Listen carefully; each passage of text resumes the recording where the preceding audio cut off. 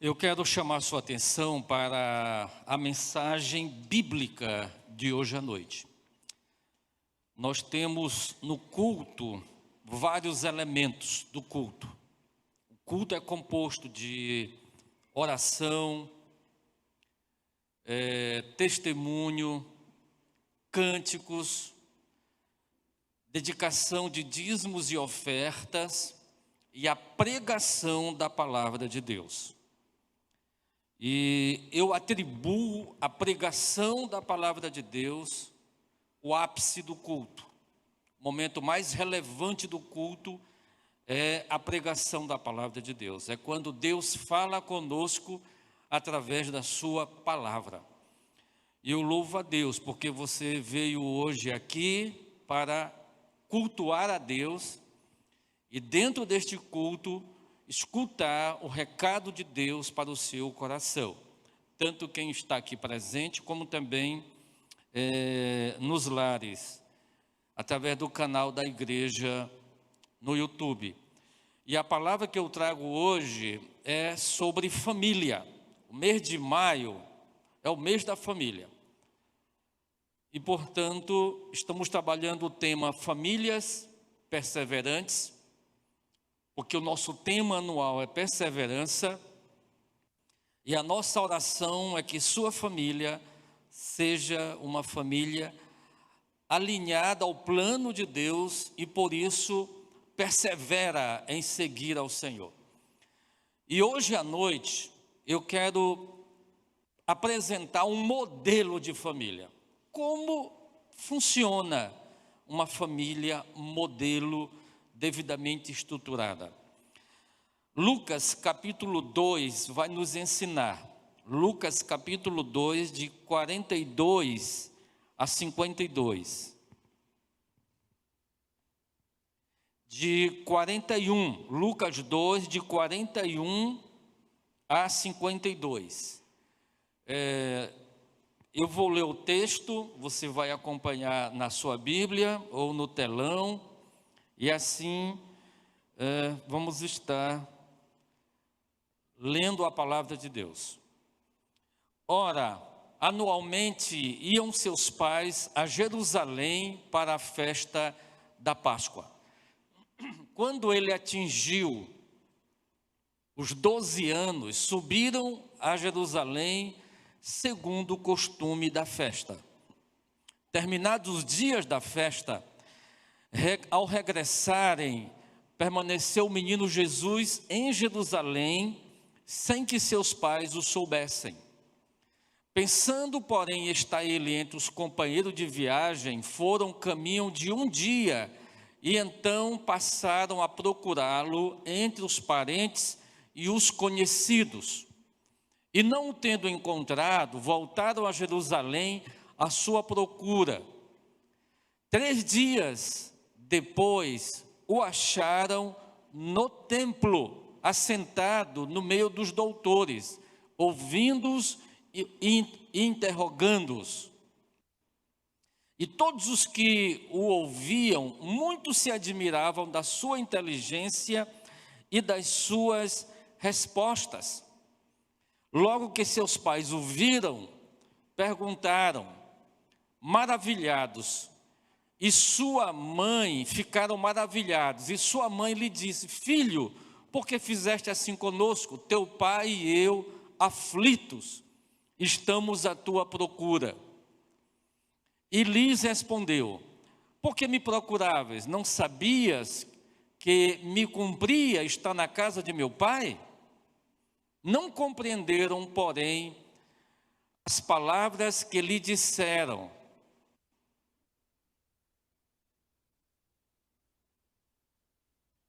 Eu queria ler o versículo, e desceu com eles para Nazaré, e era-lhe submisso, porém guardava sua mãe todas as coisas no coração. Eu queria que a igreja lesse comigo o versículo 52.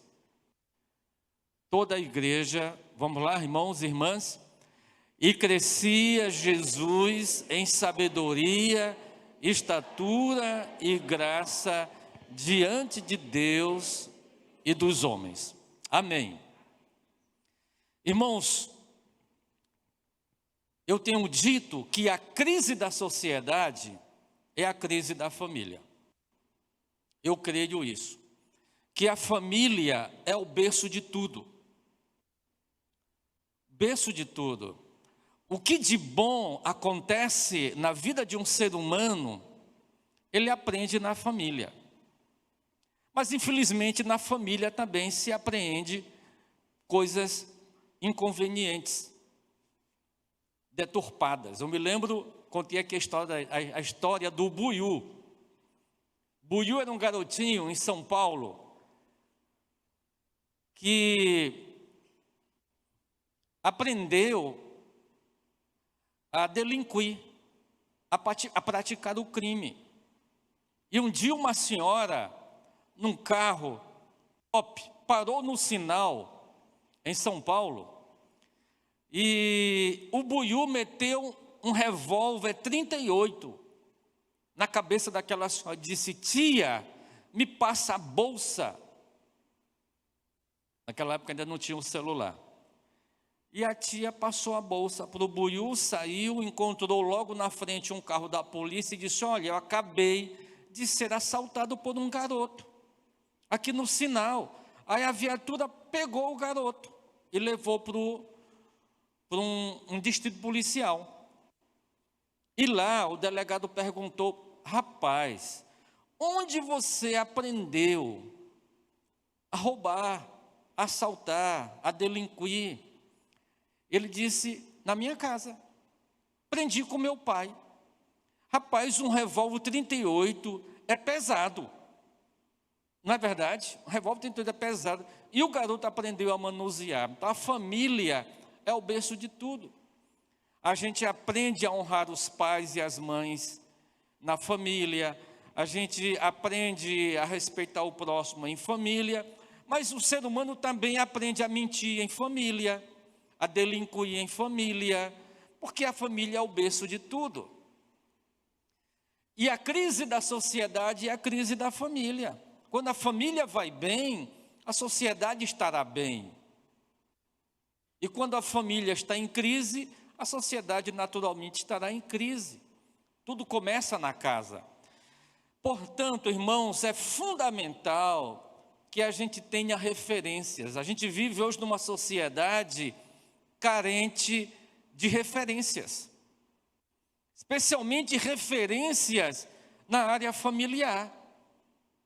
Quem é a nossa referência na área familiar? A gente fica procurando a dedos na sociedade, né? Quem é uma referência para a vida social de uma família? Meus irmãos, esta família que nós acabamos de ler, a família de Jesus, é uma referência para nós. Nós encontramos nesse modelo de família o ideal de Deus projetado para a minha família, para a família do Josiel, da família do Elbert, da família da irmã Edmê. Nós encontramos aqui o ideal do Senhor para as nossas famílias. A família de José, Maria e Jesus não era uma família perfeita, porque debaixo do sol não tem família perfeita. Todas as famílias enfrentam as suas lutas. Às vezes a gente sofre muito por querer que a nossa família seja perfeita, mas ela nunca será, porque no momento em que nós estamos inseridos numa família, ela chega à imperfeição, porque eu sou imperfeito, porque a esposa é imperfeita, porque os filhos são imperfeitos. Então a gente lida com imperfeições. E às vezes a gente se cobra muito, porque tem um ideal de Deus, mas aquilo que eu vivencio está distante desse ideal de Deus. É por isso que nós dependemos da graça e da misericórdia do Senhor, porque é a graça e a misericórdia do Senhor que nos capacita a sermos aquilo que Ele projetou para todos nós. E aqui o texto de Lucas capítulo 2 vai nos ensinar que a família de Jesus era uma família especial, mas era simples, simples sem ser simplória. José era um carpinteiro, trabalhava no telhado, fazendo telhados, morreu cedo. O pai de Jesus morreu cedo, e que levou Jesus Cristo a ser o primogênito da família, a contribuir para o sustento da casa. E a Bíblia diz que Jesus Cristo aprendeu o ofício do pai. Ainda bem que não tinha o PET, 2000 anos atrás, né? As crianças no passado trabalhavam, irmãos. Quem aqui foi para a roça aqui quando o menino vai? Eu fui para a roça, meus irmãos. Eu armei muita arapuca no mato. Eu bebi muita água de cabaça dentro da moita. A geladeira era moita, né? Então o menino trabalhava. Hoje o menino não pode mais trabalhar, porque eu acho que isso é um equívoco. Jesus ia para trabalhar com o pai. Ele aprendeu a fazer também a obra da carpintaria. Maria, a mãe de Jesus, ela era uma camponesa. Ela aprendeu a lidar com cheiro verde, com coentro, com cebolinha, com pimentão, porque ela lavrava a terra. Como é bom lavrar a terra, né? E a Bíblia diz que ela achou graça diante de Deus, e ela foi escolhida para ser a mãe de Jesus. Imagine aquela jovem, solteira, bonitinha, na roça, a mão encalejada, e Deus diz, é essa, né? Ele escolhe aqueles que são desprezíveis deste mundo, e Deus escolheu Maria para ser a mãe de Jesus, e Jesus Cristo era o primogênito, o Filho de Deus, o cumprimento das promessas de Deus no Antigo Testamento, o Verbo que se fez carne, e habitou entre nós, cheio de graça e de verdade. Jesus Cristo é Deus esvaziando-se de si e assumindo a forma de homens. Jesus Cristo é a revelação de Deus, a expressão exata de Deus. Nasceu daquela família simples, numa simples estribaria, num lugar fétido, num lugar indesejável para uma mulher dar à luz. E ali nasceu, portanto, Jesus. E a Bíblia diz que a família de Jesus tinha outros componentes, como Tiago, José, Judas, Simeão, além das irmãs. Portanto, irmãos, eu estava esses dias acompanhando na imprensa as notícias da família real na Inglaterra. Parece que a Lady Di já está com mais de 25 anos que morreu, mas ainda existem repercussões sobre a sua vida, sobre a sua morte, alguns desacertos que ela haveria cometido, coisas, intrigas da família real. Mas quando nós lemos a história de Jesus, família real, porque Ele é o Rei dos Reis, o Senhor dos Senhores, nós nunca iremos encontrar um escândalo na família de Jesus. Nunca, não há escândalo na família de Jesus, tá? Uma família simples, sagrada, escolhida por Deus para acolher o Verbo que se fez carne. O que nós podemos aprender com esta família, a família de Jesus? Podemos aprender 4 lições. Primeira lição que nós aprendemos com a família de Jesus é que família é lugar onde compromisso com Deus é levado a sério. Você entendeu, irmãos? Qual é o ideal de Deus para a sua família? É que a sua família deve levar compromisso com Deus a sério. Por que muitas famílias se desencontram? Porque muitas famílias se desacertam. Meus irmãos, o ponto fundamental é o desvio do compromisso com Deus. Irmãos, quando nós perdemos o compromisso com Deus, tudo em nossa vida desanda. Eu queria chamar sua atenção para o versículo 41. Lucas 2, 41, que diz assim: ora, anualmente iam seus pais a Jerusalém para a festa da Páscoa. A festa da Páscoa era um compromisso que toda a família tinha o dever de participar, levando todos. Não importa onde estavam morando, mas deveriam estar juntos na festa da Páscoa para relembrar o livramento de Deus do Egito, da terra da escravidão para a terra prometida. E o povo não poderia esquecer disso.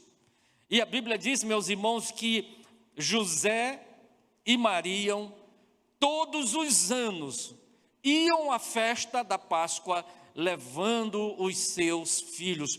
Compromisso com Deus assumido, compromisso com Deus honrado. Honrado. Meus irmãos, ser cristão na família talvez seja o maior desafio.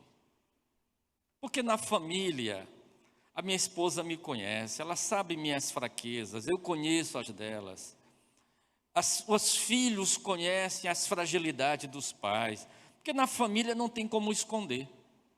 A gente se desnuda, a gente é aquilo que nós somos, de fato, é demonstrado em família.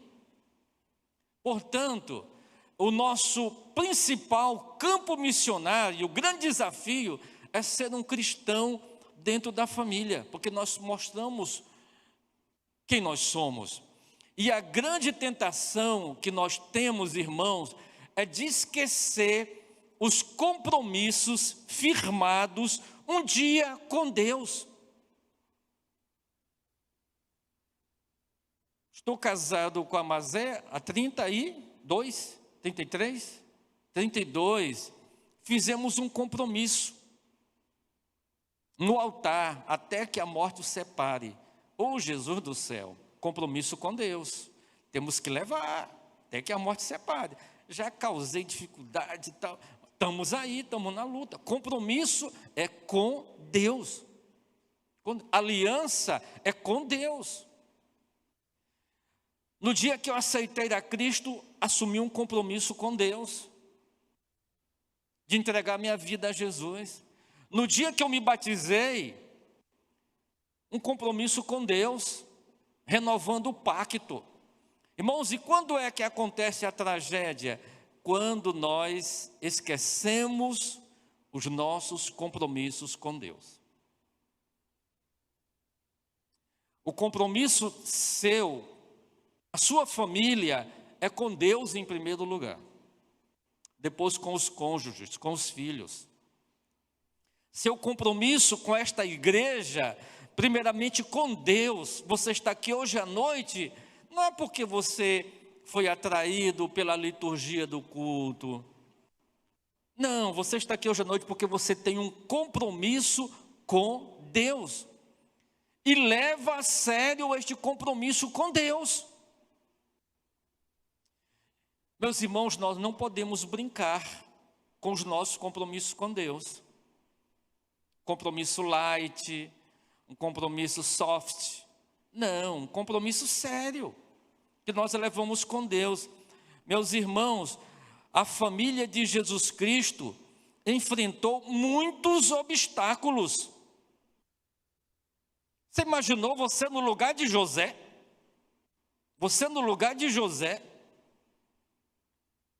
noivo com Maria, e a sua noiva aparece grávida e não é de você, e a galera zombando, caçoando, dando sarro da sua cara.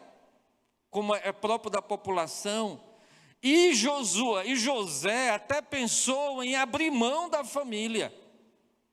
Mas depois, alertado pelo anjo do Senhor, ele veio e teve a convicção que o compromisso dele era com Deus.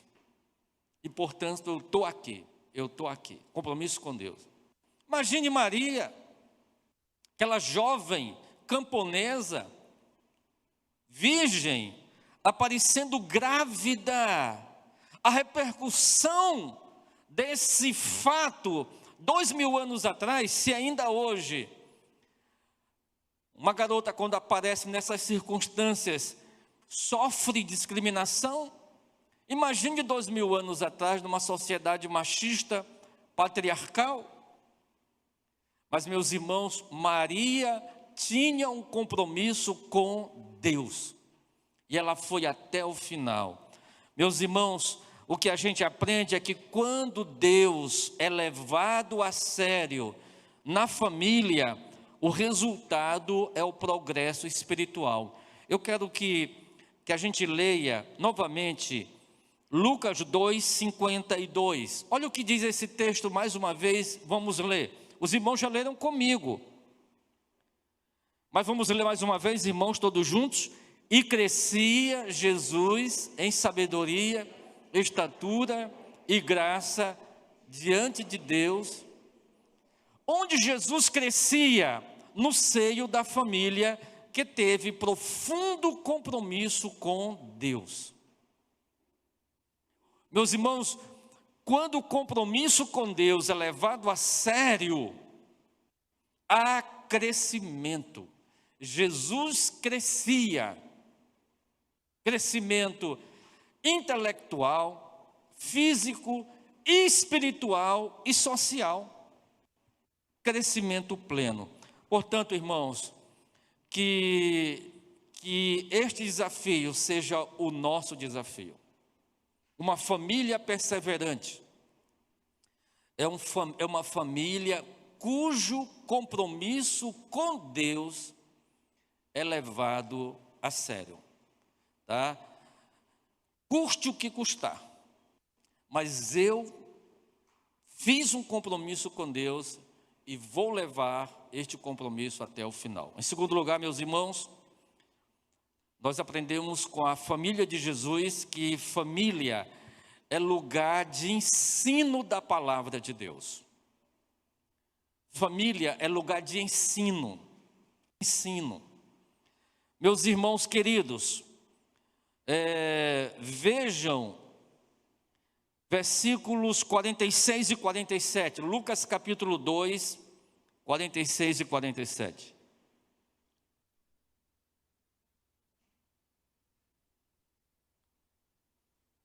Diz assim a palavra de Deus: 3 dias depois o acharam no templo. Quem estava no templo, meus irmãos?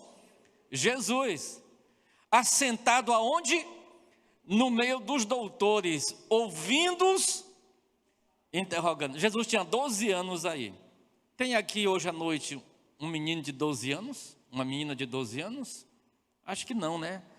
Ou menos, ou um pouco mais. Você já pensou?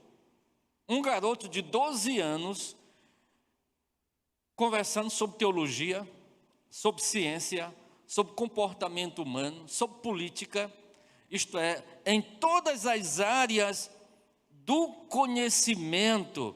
E a Bíblia diz que todos os que ouviam muito se admiravam da sua inteligência e das suas respostas. A pergunta é: onde Jesus aprendeu? Em casa, irmãos. Em casa. Hoje, o governo federal está com uma proposta pedagógica diferenciada no Congresso. É o chamado homeschool. O homeschool é uma possibilidade dos pais ensinarem seus filhos em casa, transformar a casa em uma sala de aula. Depois ele vai só fazer o vestibular ou a prova final do ensino médio. Nos Estados Unidos isso já acontece, em alguns países da Europa, e quer se implantar no Brasil. Confesso que sou simpático a essa ideia. Sou simpático, sabe? Porque família é lugar de ensino. Nós estamos sempre aprendendo em família. Meus irmãos, a família de Jesus é lugar de ensino.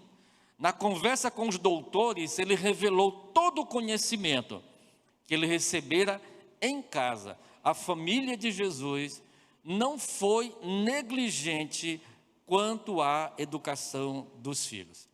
Irmãos, eu sei que a gente vive numa outra geração. E a gente percebe hoje, né, como a babá eletrônica tem ensinado os filhos, né? Hoje meninos passam horas e horas recebendo instrução na televisão, filmes, e aqui tem muita coisa boa, mas eu percebo que em alguns momentos os pais estão evitando ensinar, gastar tempo instruindo seus filhos e transferindo responsabilidades a outros e a outras. Paga uma boa escola, paga uma boa reforço escolar. Lembro-me que a minha mãe estava na máquina de costura e aqui ensinando os filhos, ensinando. Tempo bom aquele tempo. Meus irmãos, portanto, família é lugar de instrução.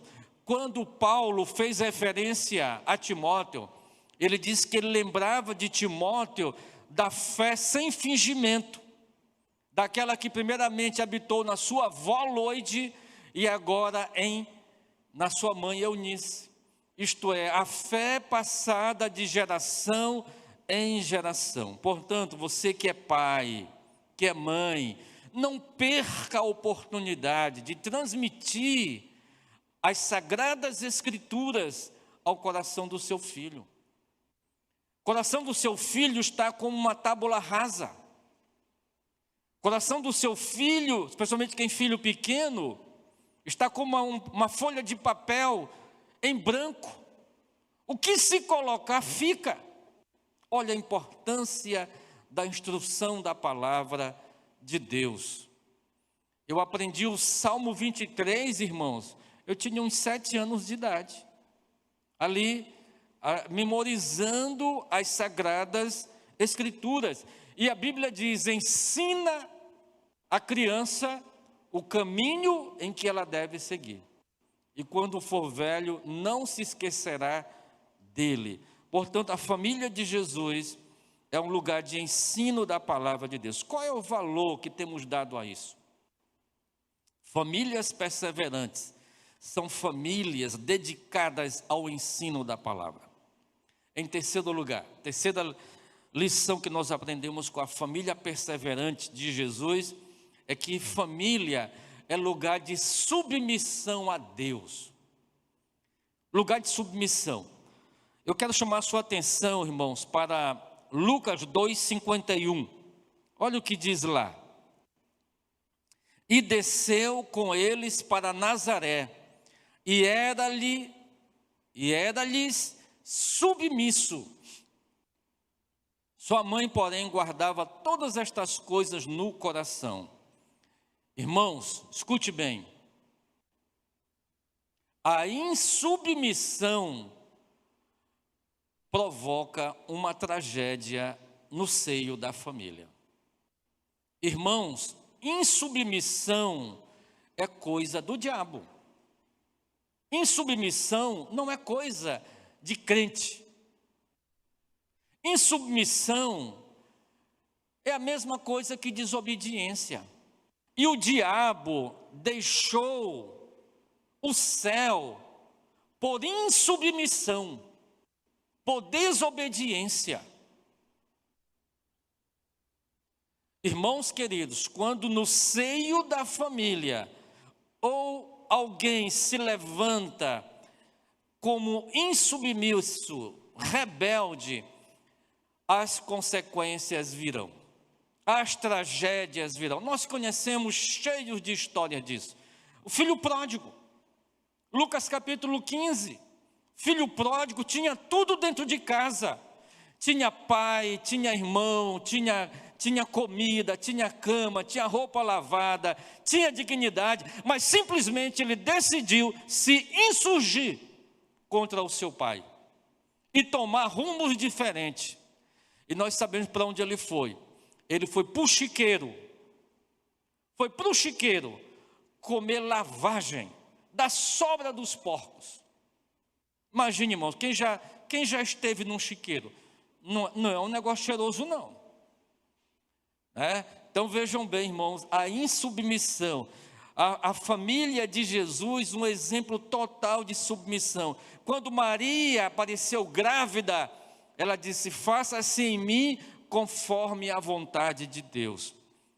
Quando José foi alertado de que sua esposa estava grávida e que não era dele, ele decidiu abandonar. Depois o anjo falou e ele obedeceu ao anjo do Senhor.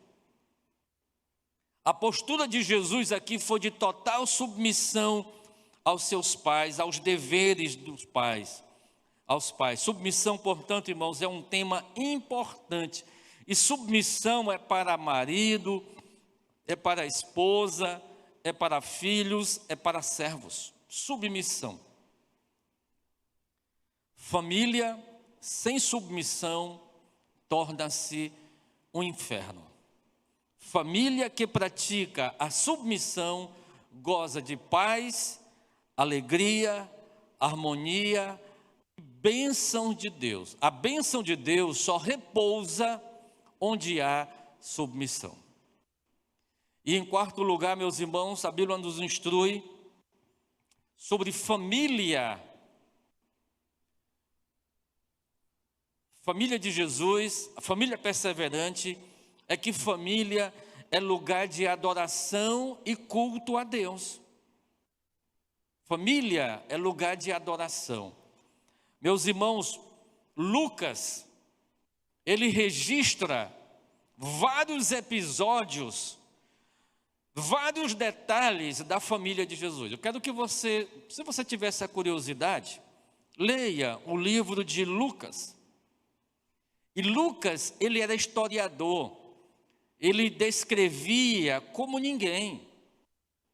E sempre que Lucas, ele descreve episódios da família de Jesus Cristo, meus irmãos, quase sempre no templo e buscando a Deus. Uma família que estava no templo, uma família que buscava a direção de Deus e o poder de Deus e a orientação de Deus para a vida dos seus integrantes. Irmãos, eu fico muito preocupado quando eu vejo irmãos se afastando do templo, se afastando da igreja, se afastando da comunhão dos santos. É muito perigoso, irmãos. Aqui nós temos a adoração comunitária, o culto comunitário, a oração comunitária, a leitura da Bíblia entre irmãos. Isso aqui tem um valor incalculável. Só tem um detalhe, irmãos, isso aqui começa em casa. A adoração e o culto começa em casa, Isso acontecia com a família de Jesus, estava quase sempre buscando a presença de Deus, mas quando não estavam no templo, estavam em casa, buscando a orientação de Deus para a sua vida. Maria, José e Jesus eram zelosos quanto ao culto, quanto à adoração. O culto na igreja era consequência do culto em casa.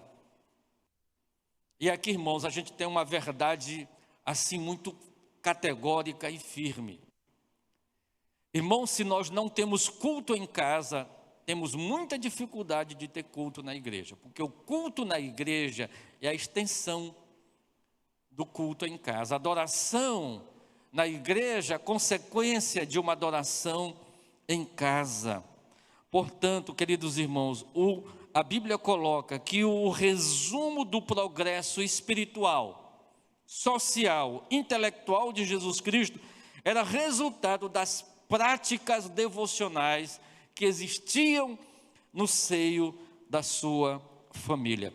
Eu quero chamar a sua atenção para Lucas 2,40.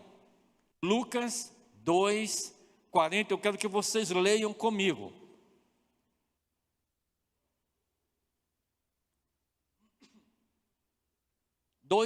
Diz assim: crescia o menino, e o que mais, meus irmãos? E se fortalecia, vamos lá, enchendo-se de sabedoria, e a graça de Deus estava sobre ele. Vamos ler mais uma vez, todos juntos? Crescia o menino e se fortalecia, enchendo-se de sabedoria, e a graça de Deus estava sobre ele. Amém, irmãos? Onde isso aconteceu? Na casa.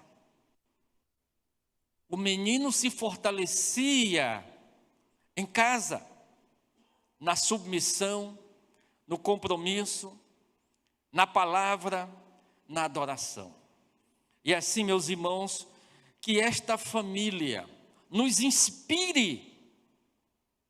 Veja o que eu disse no início, hoje estamos precisando de referência, de inspiração, que esta família nos inspire, para que nossas famílias, elas se tornem mais parecidas com a família de Jesus.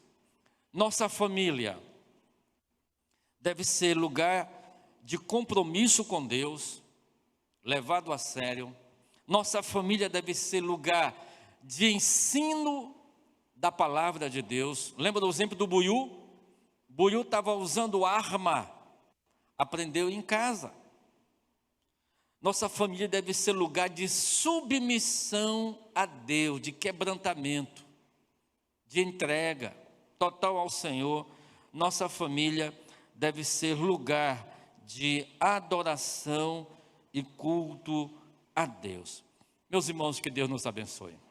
Que Deus nos ajude a que as nossas famílias, elas sejam encontradas dentro do plano soberano de Deus, dentro da vontade de Deus, debaixo da graça, e a graça de Deus estava sobre ele, o menino Jesus, que a graça de Deus esteja sobre a nossa casa, sobre a nossa família. Que Deus nos abençoe.